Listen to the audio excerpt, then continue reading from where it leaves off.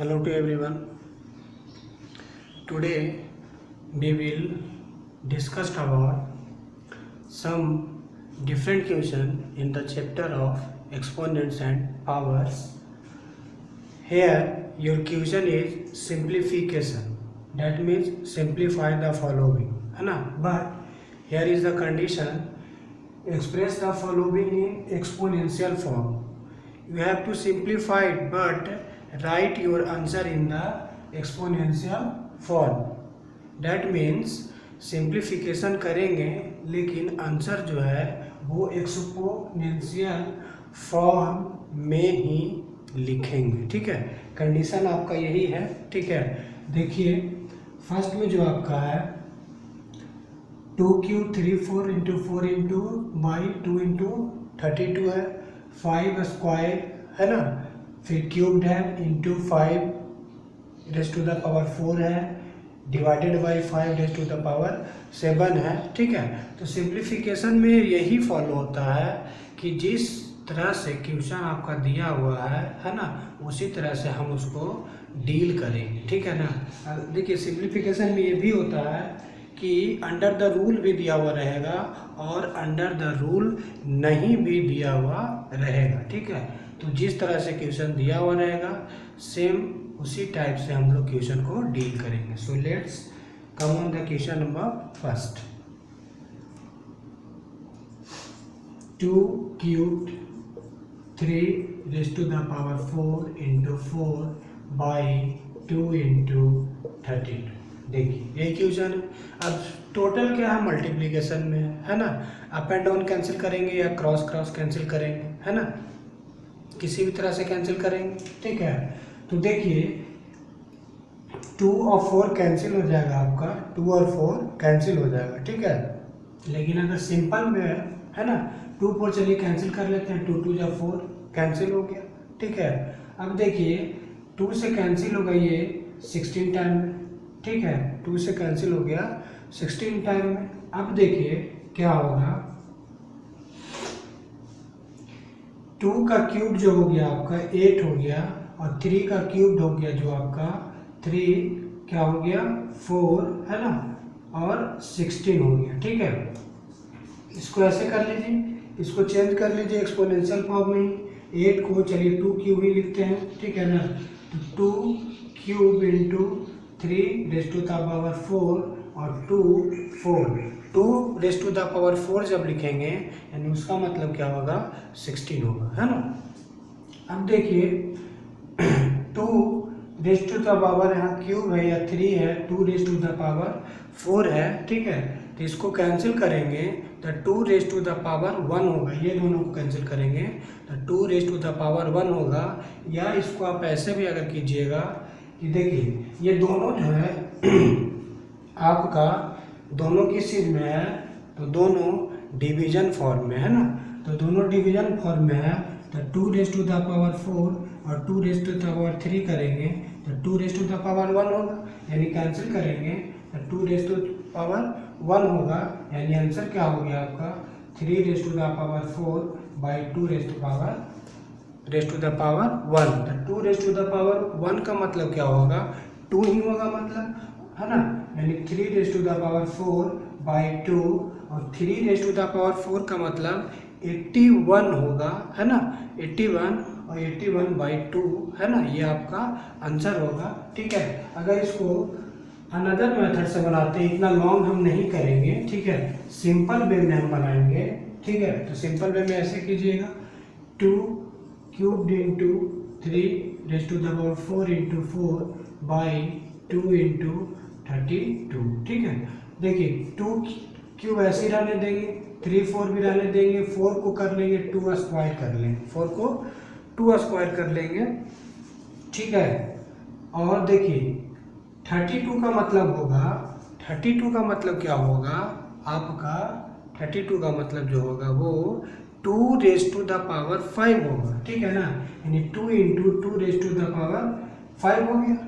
ठीक है, अब देखिए यहाँ पे सिर्फ 2 है तो इसको 2 रेज़ टू द पावर 1 कर सकते हैं। ठीक है ना, इसको 2 रेज टू द पावर 1 कर सकते हैं, तो 2 raise to the power 1 into 2 raise to the power 5 जो हो जाएगा वो आपका 2 रेज टू द पावर क्या हो जाएगा 6 हो जाएगा, है ना।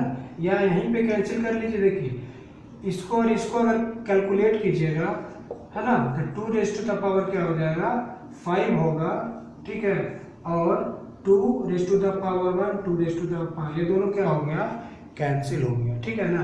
अब बचा क्या आपका, ठीक है, 3/4 by 2 raise to the power 1, यानी 3/4 को करेंगे तो 81, है ना, और 2 रेज टू पावर 1 करेंगे तो क्या हो जाएगा 2, यही क्या हो गया आपका आंसर। लेकिन आंसर किस चीज़ में कर रहा है, एक्सपोनेंशियल फॉर्म में कर रहा है, तो यही क्या हो जाएगा आपका answer 3 raise to the power 4 by 2 raise to the power 1 आपका आंसर हो जाएगा, ठीक है।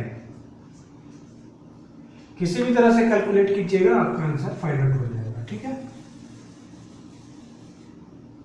Question number 2, 5 squared cubed into 5 raise to the power 4 divided by 5 raise to the power 7। बहुत सिंपल क्वेश्चन है, ठीक है। पावर पावर क्या कर लेंगे, गुना कर लेंगे, 5 रेज टू द पावर 6 हो जाएगा, ठीक है, इंटू 5 4 हो जाएगा, divided by 5 raise to the power 7 हो जाएगा आपका, ठीक है। अब ये दोनों देखिए बेस सेम में मल्टीप्लीकेशन में है तो एक्सपोनेंट ऐड हो जाएगा, 5 raise to the power 10 divided by 5 raise to the power 7 हो गया आपका, यही ना है। अब देखिए यहाँ पे भी क्या है, बेस सेम है और डिवीजन के फॉर्म में एक्सपोनेंट, ठीक है, तो दोनों एक्सपोनेंट को क्या कर लेंगे, सब्ट्रैक्ट कर लेंगे। That means 5 raise to the power 10 minus 7 equal to 5 raise to the power 3 क्या हो गया आपका आंसर हो गया, ठीक है। समझ में आ रहा होगा आप लोग को।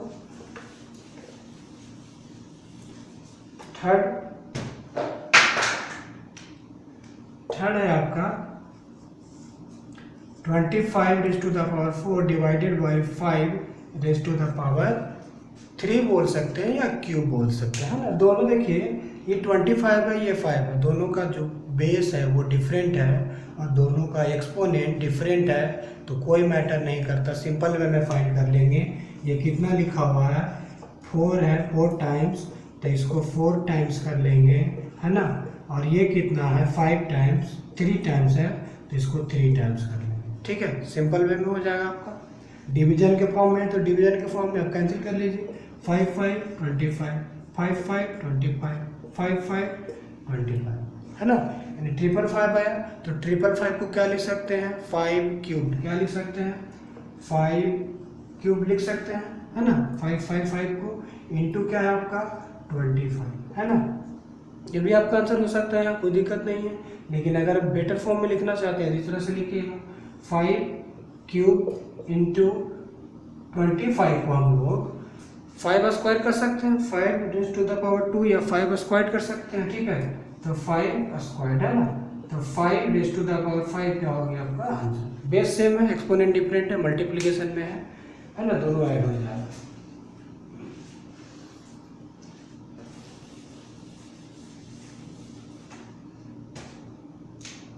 4 3 into 7 square into 11 raised to the power 8 into 21 into 11, यही है आपका, ठीक है, कोई प्रॉब्लम नहीं है, ठीक है ना। देखिए क्या करेंगे, 3 ऐसे ही रहने देंगे, 7 स्क्वायर है, इसको 7 इंटू 7 कर लेंगे, 11 18 है, ऐसे ही रहने दीजिए, है ना, क्योंकि 11 को 8 टाइम्स लिखिएगा तो बहुत लॉन्ग प्रोसेस होगा, ठीक है, इंटू 21 इंटू 11, है ना, बाई 21 इंटू 11 आपका है, ठीक है। देखिए 7 3 है 21, ठीक है, 7 से 7 कैंसिल हो गया, ठीक है ना।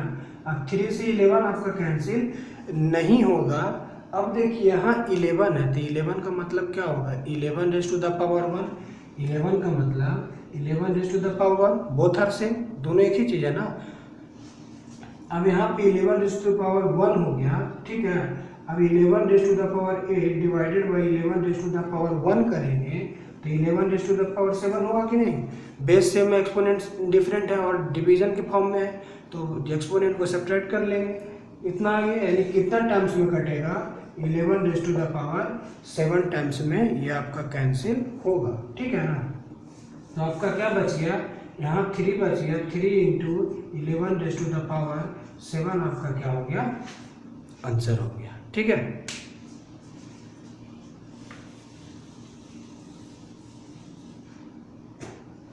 क्वेश्चन नंबर 5 सिंपल है एकदम, देख लीजिए।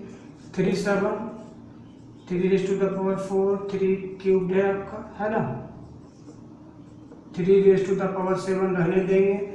Base are equal but exponent are different in the multiplying form, so we can add the exponent 3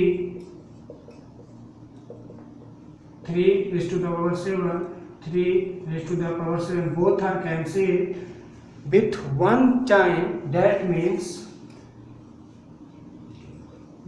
क्या हो जाएगा, 1 क्या हो गया आपका आंसर, या 1 को लिख सकते हैं 3 रेज टू द पावर 0 भी लिख सकते हैं, है ना।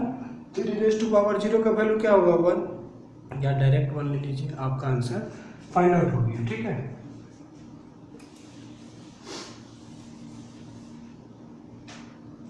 लास्ट है आपका 6 2 0, यहीं पे देख लीजिए। 2 raise to power 0 value 1, 3 raise to power 0 value 1, 4 raise to power 0 value 1, that means 3 is your answer, है ना। सिंपल था, ठीक है। नेक्स्ट क्वेश्चन हम लोग और डिस्कस कुछ करेंगे, ठीक है ना। और है इसमें कुछ डिफरेंट टाइप्स का, वो भी मैं अभी डिस्कस आपको करता हूँ, ठीक है। देखिए अब क्वेश्चन नंबर 7 डिस्कस करेंगे। 7 है 3 0 value 1 multiply 2 0 value 1 plus 5 raise to the power 0, that means 1 into 1 1 plus 1 2, answer हो गया, ठीक है। 8 2 raise to the power 8 2 raise to the power 8 into 9 raise to the power 5 by 4 cubed into 9 cubed. यही आपका देखिए question है, ठीक है ना। Base exponent all are different. 9 raise to the power 5 9 raise to the power 3, ये दोनों division form में है ना, up and down division form में है। तो 5 माइनस 3 कर लेंगे, एक्सपोनेंट घटा लेंगे, बेस सेम है ना, घटा लेंगे तो कितना टाइम्स में कैंसिल हो जाएगा, 9 raise to the power 2, 9 squared में कैंसिल होगा ये आपका। यानी जब इस तरह से क्वेश्चन आप कर रहे हैं तो कैंसिल होगा, लेकिन बेस जितना घट के आएगा ना उतना ही, है ना, एक्सपोनेंट जितना घट के आएगा उतना ही एक्सपोनेंट हम लोग बेस पे लिखेंगे, ठीक है। यहाँ देखिए अब मेरे पास क्या आ गया, 2 raise to the power 8 9 square 4 cubed, यही आपका लिखा हुआ है, ठीक है ना। अब क्या करेंगे हम लोग, देखिए 2 इंटू 2 इंटू 2 इंटू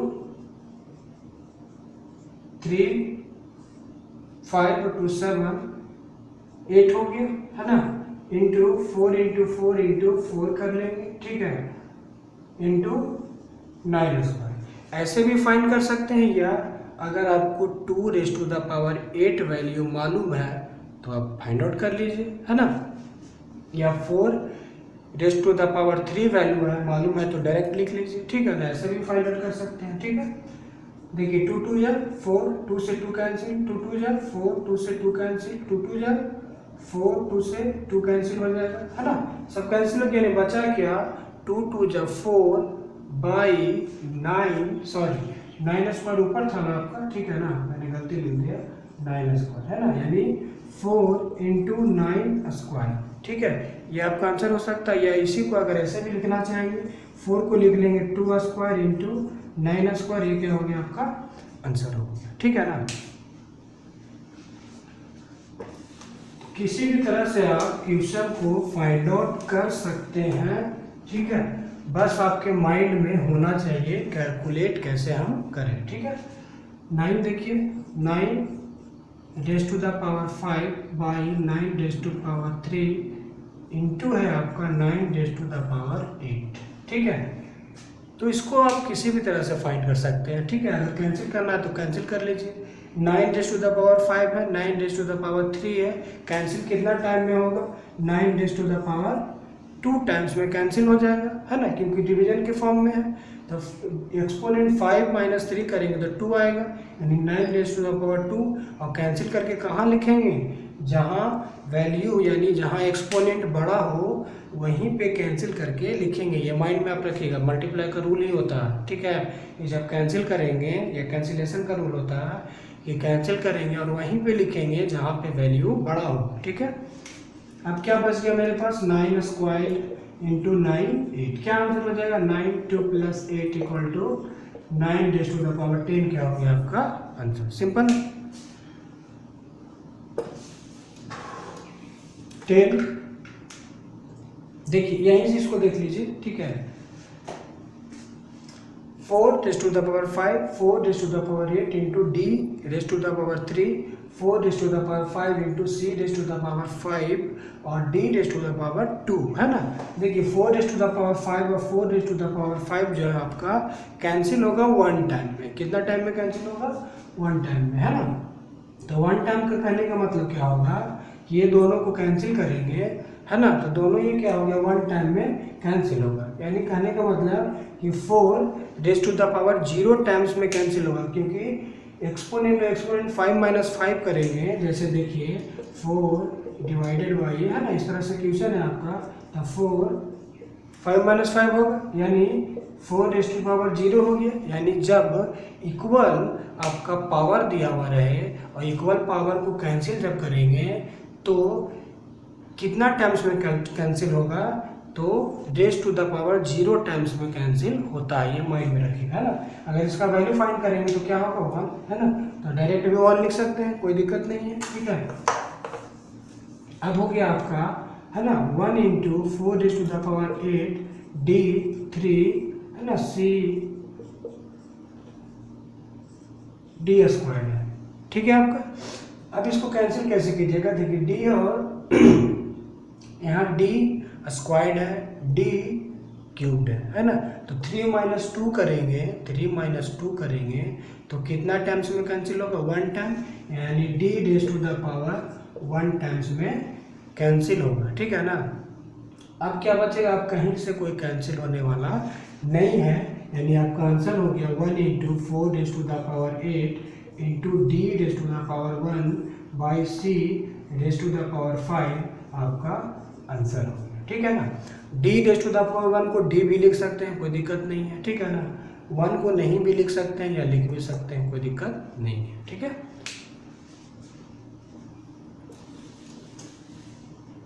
11 देखिए, 3 raise to the power 5 10 raise to the power 5 into 25 by 5 raise to the power 7 into 6 raise to the power 5 आपका है। ठीक है, अब कैंसिल कर लीजिए। ठीक है, देखिए यहाँ 3 रेज़ टू द पावर 5 है, 6 रेज़ टू द पावर 5 है, तो यहाँ पे ऐसे आप कैंसिल नहीं कर सकते हैं। 3 टू द 6 बेस से बेस कैंसिल नहीं कर सकते हैं, क्योंकि 3 रेज़ टू द पावर 5 का वैल्यू अलग होगा, 6 रेज़ टू द पावर 5 का वैल्यू अलग होगा, इसलिए बेस बेस कैंसिल नहीं करेंगे, पूरा पावर को कैंसिल करेंगे। यानी 3 रेज़ टू द पावर 5 और यहाँ अगर 3 रेज़ टू द पावर 7 रहता तब हम कैंसिल कर सकते हैं, लेकिन बेस बेस को कैंसिल यानी सिंगल बेस और एक्सपोनेंट को कैंसिल नहीं करेंगे, पूरा एक्सपोनेंशियल फॉर्म या पावर को कैंसिल करते हैं। ठीक है, ये माइंड में आप ये देखिएगा। ठीक है, अब देखिए कैंसिल हम लोग कैसे करें। ठीक है, कैंसिल हो रहा है कहीं से? नहीं हो रहा, तो क्या हम लोग करेंगे इसका आंसर फाइंड आउट करने के लिए। ठीक है, देखिए 3 रेज़ टू द पावर 5 है, 10 रेज़ टू द पावर 5 और 25 है ना, यही है आपका। ठीक है, तो कहीं से कैंसिल नहीं होने वाला है, तो 3 raise to the power 5 into 10 raise to the power 5 into, क्योंकि 25 को हम लोग क्या लिख सकते हैं?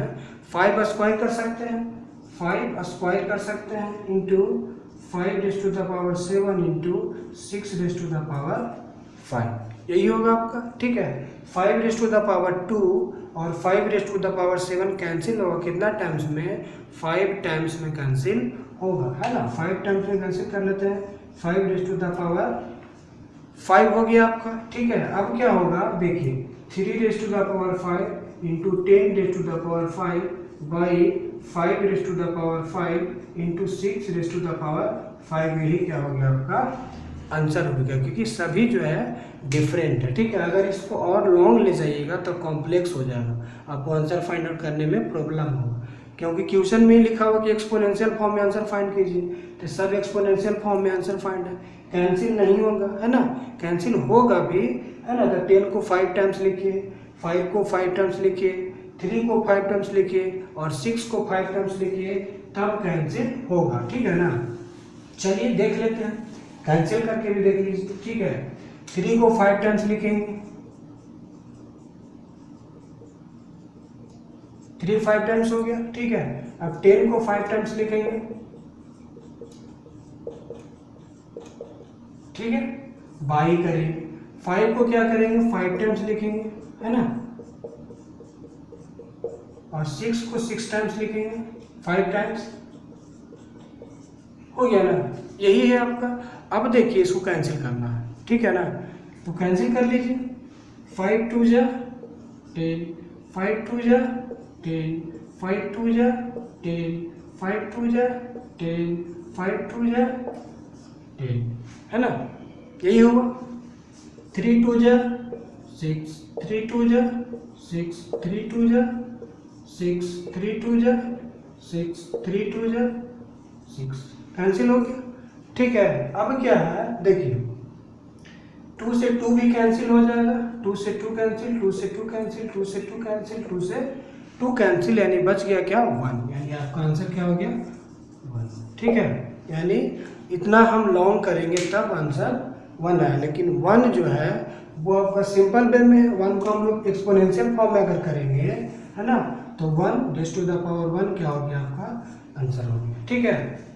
तो ये काफ़ी लॉन्ग जाता है, ठीक है, इसलिए यहीं तक करके आप एक्सपोनेंशियल फॉर्म में आंसर फाइंड कर लीजिए। लेकिन अगर वैल्यू फाइंड करने के लिए कहेगा तब इतना हम लोग करेंगे, वैल्यू फाइंड करना कहेगा ना, तब हम लोग वैल्यू पूरा, है ना, कंप्लीट करके करेंगे। लेकिन एक्सपोनेंशियल फॉर्म में फाइंड करने के लिए कहेगा तो यहीं तक करके छोड़ देंगे, ठीक है। तो ये आपका simplify and express the following in exponential form, यानी सिंप्लीफिकेशन भी कीजिए और उसको एक्सपोनेंशियल फॉर्म में भी लिखिए, ये आपका कंप्लीट हो गया, ठीक है ना। अब सिर्फ आपका है, देखिए मैं आपको टॉपिक बताता हूँ, अब है आपका सिंप्लीफिकेशन है, ठीक है, सिंपल वे में सिंप्लीफिकेशन है, वर्ड प्रॉब्लम है आपका, ठीक है, और वर्ड प्रॉब्लम के बाद आपका है एक्सपेंडेड फॉर्म, ठीक है, स्टैंडर्ड फॉर्म है, यूजुअल फॉर्म है, ठीक है ना, ये सब आपका टॉपिक अभी रिमेनिंग है, ठीक है।